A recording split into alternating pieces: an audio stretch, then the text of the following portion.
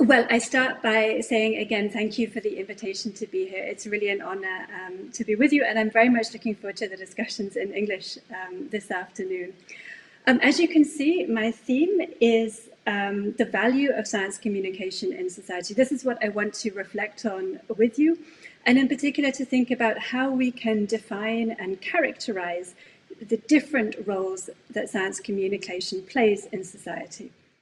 I will actually start by reframing this theme of the value of science communication in society into a somewhat provocative question and asking, what is the point of science communication? It seems to me if we're concerned with questions of value and role, in effect we are asking, what is this? What is the point of it? And it's provocative as a question because I think it implies that perhaps the answer is there is no point, or the point is not obvious. So it kind of feels a little, provocative, a little extreme as a question.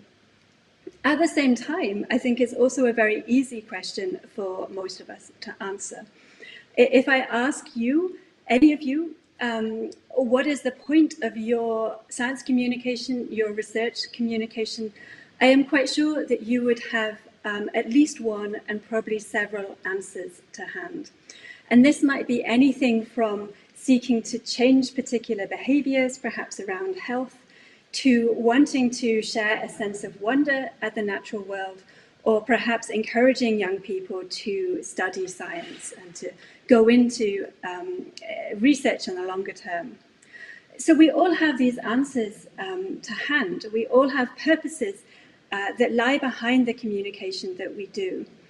What I'm interested in doing here is maybe taking a step back, even beyond those immediate purposes, and thinking more widely about how these purposes, these things that we have in mind as we communicate, how these relate to wider society.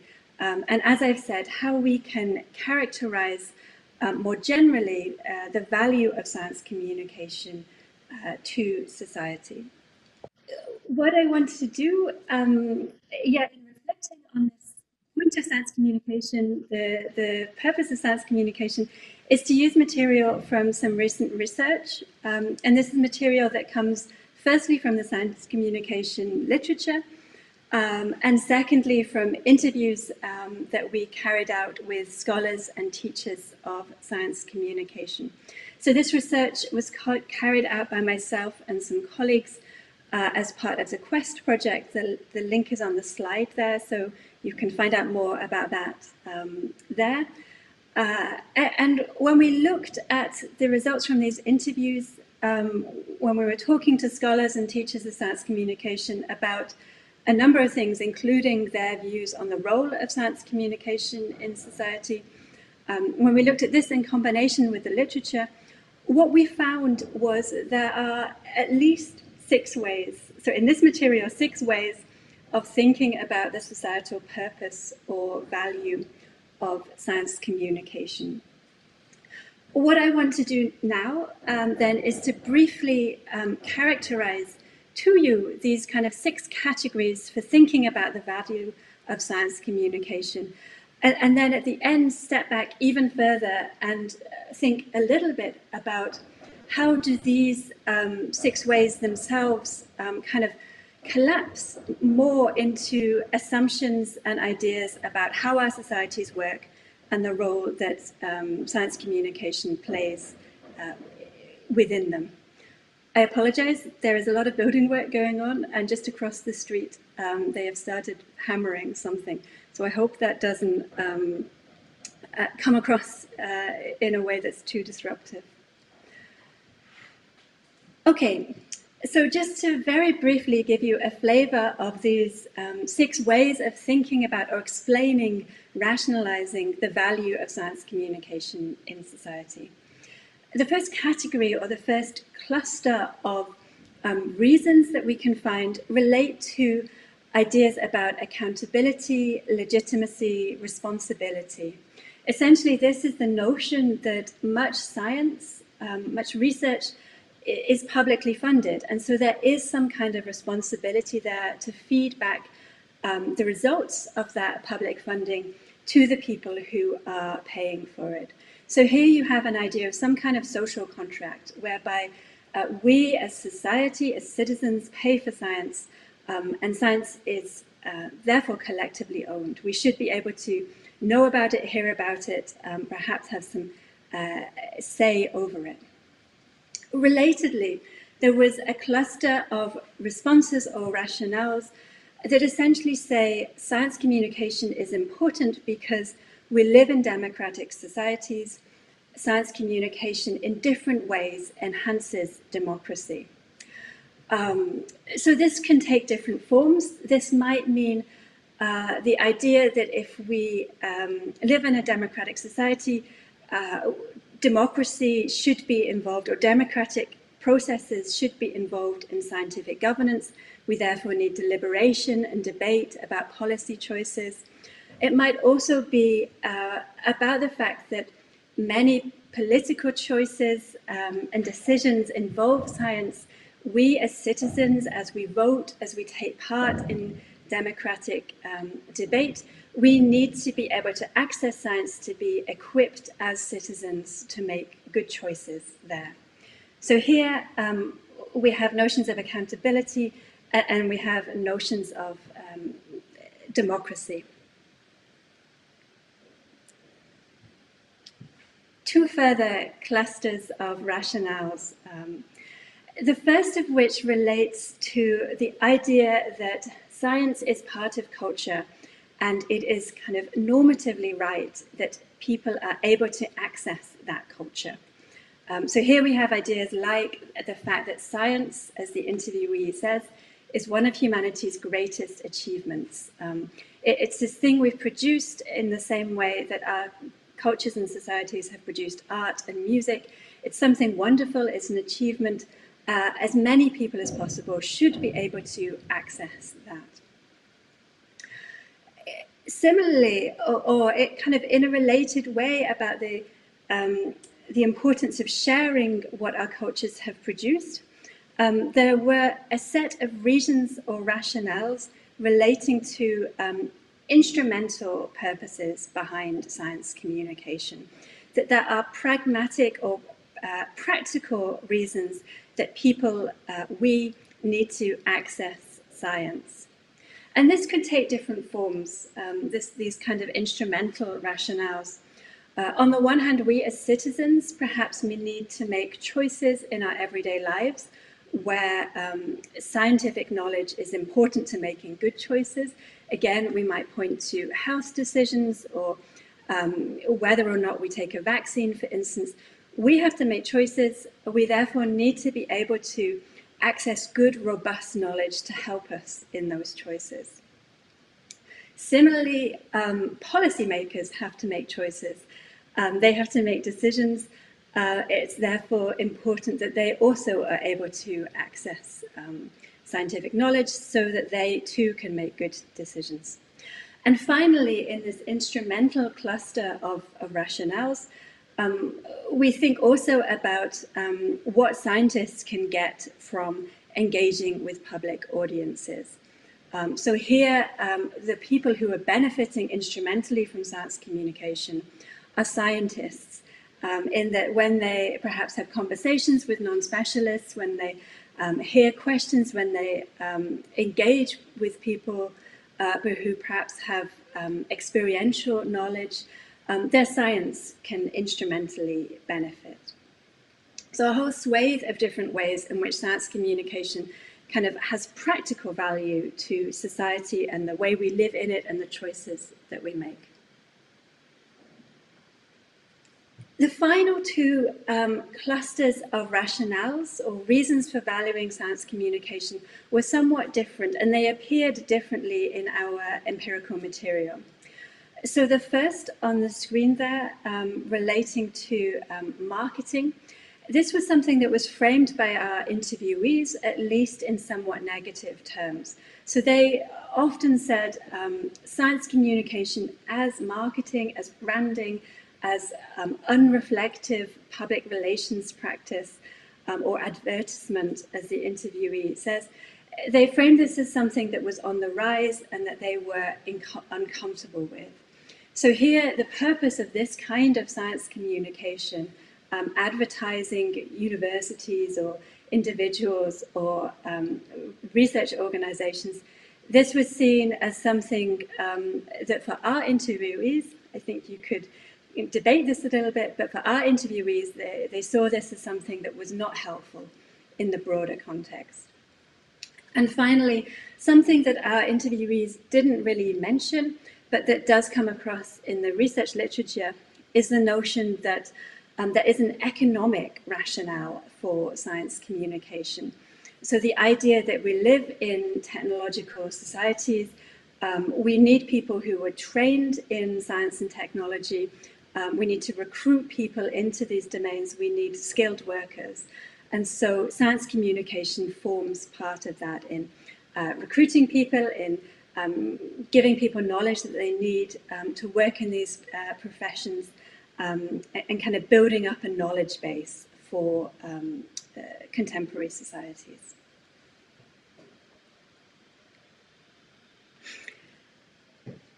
That is a very brief run-through, which I hope gives you at least a flavor of the different ways in which science communication in our material was explained, rationale, given a rationale, and related to wider society.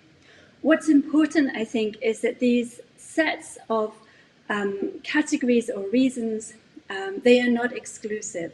So people were clear, those that we spoke to were clear, science communication has multiple roles in society. These rationales, these purposes are often overlapping.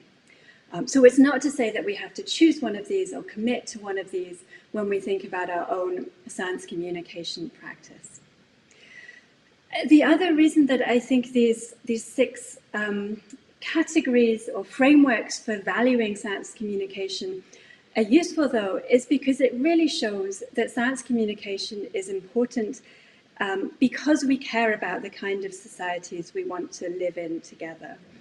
So many of these rationales, again, speak to or make certain assumptions about how we want to live, how we want our societies to function. Notions of democracy are present under the surface, notions of the need for citizens to be engaged in thinking about how we make policy and political choices, for instance. And there are also ideas, again, under the surface within these rationales about justice and the rightness, the normative imperative to share what is good, to share science, for instance, for these aesthetic and cultural reasons, instrumental and practical reasons, or economic reasons. So again, here we get a sense that justice, living in just societies, is important, at least, again, to the people that we spoke to. So this is my final slide. I hope what I've said makes sense. I hope also that it perhaps resonates with some of your own practices, your own experiences, and that you can perhaps see your purposes for your public communication relating to one or more of these sets of rationales or categories. This then is the topic that I think I would like to pose as a starting point for discussion and engagement, both now and more generally. My email address is on the final slide. What is the point of your public communication? How does it relate to these rationales that I have sketched out? And therefore, how does it relate to the role of science communication or research communication in wider society more generally? How does this ultimately relate to the kind of society that we want to live in and the place that our science communication plays within that? Thank you very much. I hope that wasn't too rushed. If you're interested, further, I point you there to the article on which this presentation is based.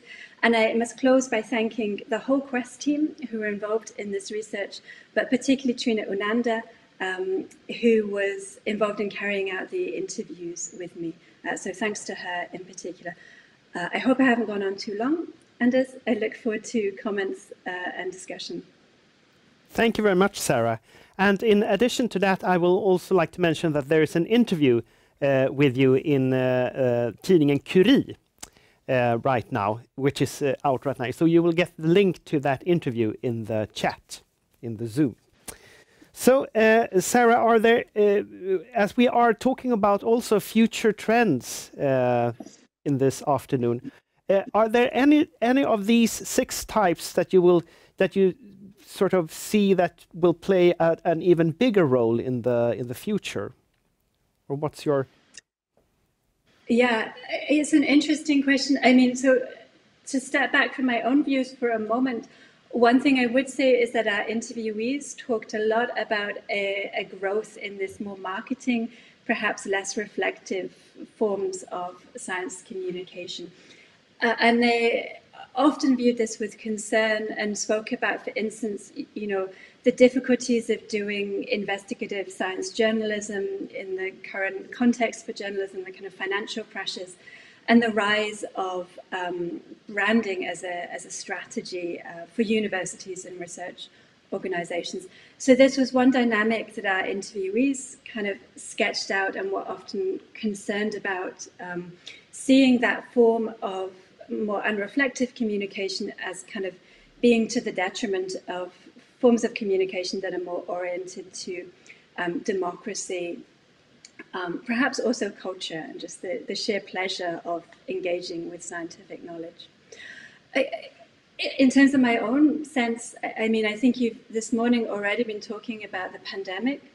I think this is one way in which these instrumental purposes of science communication are extremely important.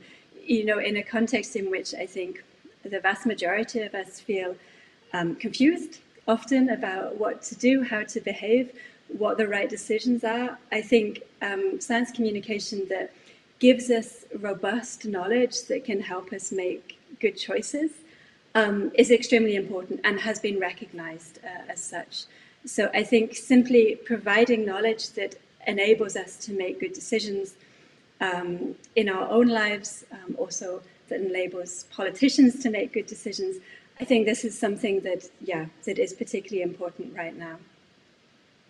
And who would you see as the most important driver in science communication? Is it the researchers themselves? Is it communicators? Or is it politicians that have to give the frameworks? Or is it universities? Well, who do you see as the main driver? I think all of those actors are important. And I think who is the most important will probably look different in different contexts and in different situations. There's a very social science answer. It depends. Again, speaking from my own perspective, I think the way that we reward scientists and the behaviors that we incentivize is extremely important in defining the extent to which science communication is something normal for anyone who works as a researcher to do. So universities, when they set incentives, when they think about promotion criteria, when they decide what behaviors they want to encourage in their staff, what cultures they want to nurture, I think this is one set of extremely important actors, and that's universities. It's also, of course, funders. When they ask for research projects, are they also expecting researchers to communicate? And this goes also all the way up to governments in setting agendas for funding priorities. This, of course, is based on my own knowledge and experiences, but I think this is one way that we can create cultures where people, where science communication, engaging in public communication is normalized, which hopefully provides resources for professional communicators in terms of being able to work with people in universities. Thank you very much, Sarah. I think you're giving us a nice frame to continue the conversations and discussions for the afternoon. So thank you very much, Sarah, for your participation.